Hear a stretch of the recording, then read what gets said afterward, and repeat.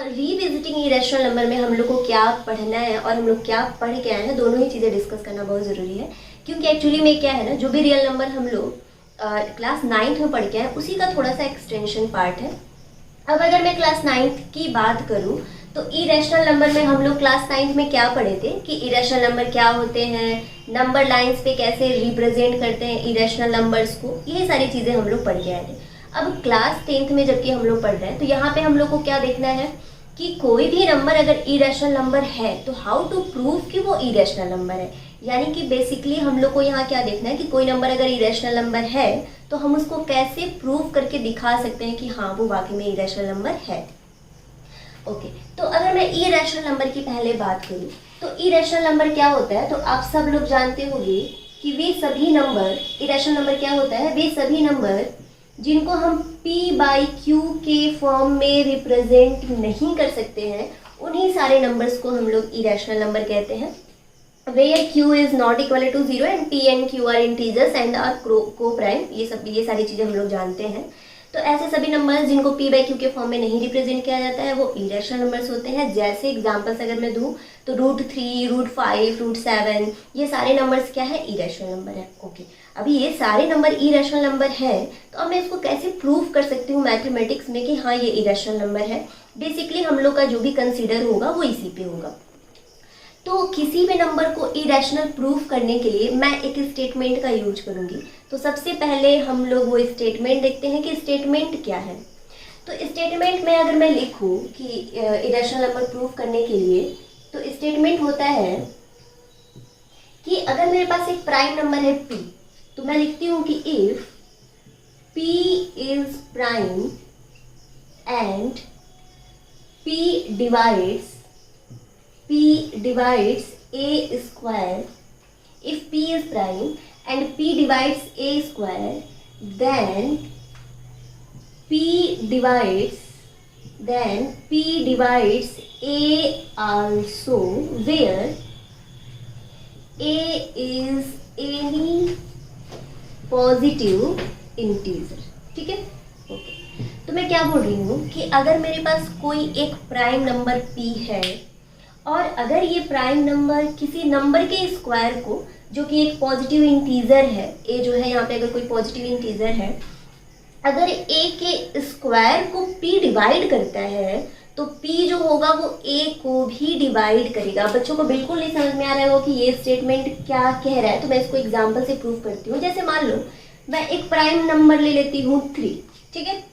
अब मैं कहती हूँ कि ये जो प्राइम नंबर 3 है वो a स्क्वायर, जो कि मैं 6 का स्क्वायर ले रही हूँ, a स्क्वायर जो कि एक 6 का स्क्वायर है 36, 6 का स्क्वायर 36, तो जो p होगा वो a स्क्वायर को डिवाइड करेगा ना, ऑब्वियस है 3 36 को डिवाइड कर लेता है। तो अगर 3 36 को डिवाइड करता है, जहाँ पे 36 a स्क्वायर की वैल्यू है, तो यही 3 जो है वो 36 के square root that is root 36 that is 6 को भी डिवाइड करेगा, और 6 क्या है, a है। ठीक है, मतलब ये हुआ कि अगर कोई प्राइम नंबर a स्क्वायर को डिवाइड करता है तो वही प्राइम नंबर a को भी डिवाइड करेगा। अब आप लोग सोच रहे होंगे कि ये जो स्टेटमेंट है इसका यूज करके कैसे हम लोग किसी नंबर को इरेशनल प्रूव करते हैं। तो चलो देखते हैं कि कैसे किसी नंबर को इरेशनल प्रूव करते हैं। तो एक एग्जाम्पल मैं ले लेती हूँ। एग्जाम्पल फर्स्ट, मुझे प्रूव करना है कि √2 इज एन इरेशनल नंबर। मुझे ये प्रूव करना है कि √2 जो है वो इरेशनल नंबर होगा।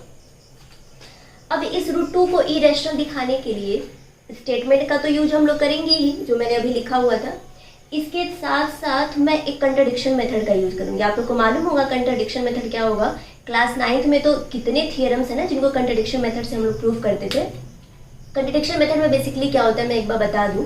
यहाँ पे हम क्या करते हैं ना, एक चीज को सपोज करते हैं। जैसे मान लो मुझे किसी चीज को प्रूव करना है कि ये इरेशनल है, तो हम सपोज कर लेते हैं कि वो इरेशनल नहीं जबकि रैशनल है, और उसका जस्ट कंट्राडिक्शन प्रूव कर देते हैं। फिर कहते हैं अरे which is a contradiction, hence our supposition is wrong. और अगर जैसे ही सपोजिशन रॉन्ग होता है तो हम सपोज करके क्या चले थे कि वो इरेशनल नंबर है, सॉरी सपोज करके क्या चले थे कि वो रैशनल नंबर है, जो कि रॉन्ग हो जाता है, यानी कि वो इरेशनल नंबर होगा। तो यहाँ पे √2 को दिखाना है कि ये इरेशनल नंबर है। तो देखो मैं प्रूफ करती हूँ, ध्यान से आप लोग देखना।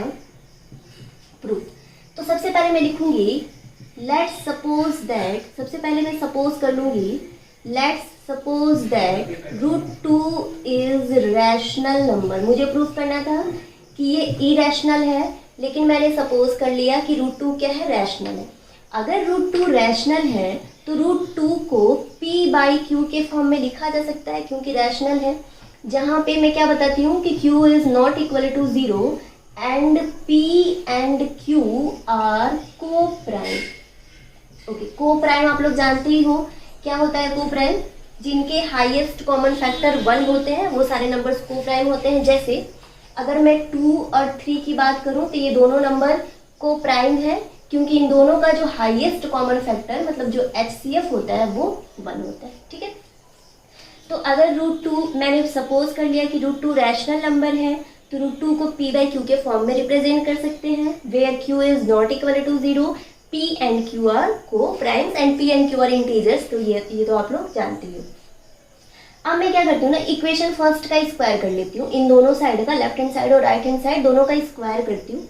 जैसे स्क्वायर करोगे तो 2 is equal to p² upon q²। Cross multiply करो तो 2q² is equal to p²। अब जरा इस इक्वेशन को ध्यान से देखो।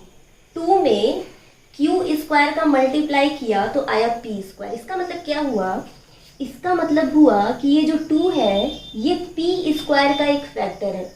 तभी तो 2 में मैंने कुछ मल्टीप्लाई किया तो p² है। जैसे मान लो 2 में अगर मैं 2 का मल्टीप्लाई करती हूँ तो 4 आता है, दैट इज 2 का स्क्वायर आता है। तो मैं कहती हूँ ना कि 2 जो है इस 4 का एक फैक्टर है, और ये भी जो 2 है वो इस 4 का एक फैक्टर है। तो सेम हियर 2 में मैंने q² का मल्टीप्लाई किया तो p² आया, दैट मीन्स ये जो 2 है वो p² का क्या है, एक फैक्टर है। तो मैं नीचे लिखूंगी this implies that 2 is a factor of p²। Okay, अब ध्यान दो, 2 यहाँ पे क्या है, प्राइम है, और ये क्या है, एक नंबर है, इंटीजर्स है। मैंने यहाँ पे बताया p और q क्या है, इंटीजर्स है। ये बताओ इस नंबर के स्क्वायर को एक प्राइम नंबर डिवाइड कर रहा है। तो अभी जो हम लोग स्टेटमेंट पढ़ के आए थे कि if p divides a² then p divides a।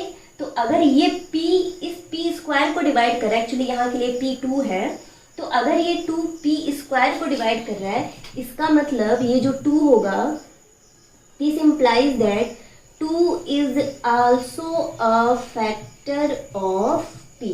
ठीक है, that is this is equation number 2। Okay, अब ये बताओ 2 जो है अगर p का एक फैक्टर है तो मैं p को 2 इंटू c के फॉर्म में लिख सकती हूँ। क्यों? अगर मैं कहूँ कि जो 2 है ये 4 का एक फैक्टर है, ये वाला एग्जाम्पल, अगर 2 4 का फैक्टर है तो 4 को कैसे लिख सकते हो, 2 इंटू 2, और इस 2 की जगह मैंने यहाँ पे c ले लिया, क्योंकि मुझे नंबर्स तो मालूम नहीं है कि p और ये p q क्या है, तो मैंने एक नंबर ले लिया c। तो ये बता, अगर p को मैंने 2c के फॉर्म में लिखा तो इस इक्वेशन में जरा p की जगह 2c रख लो।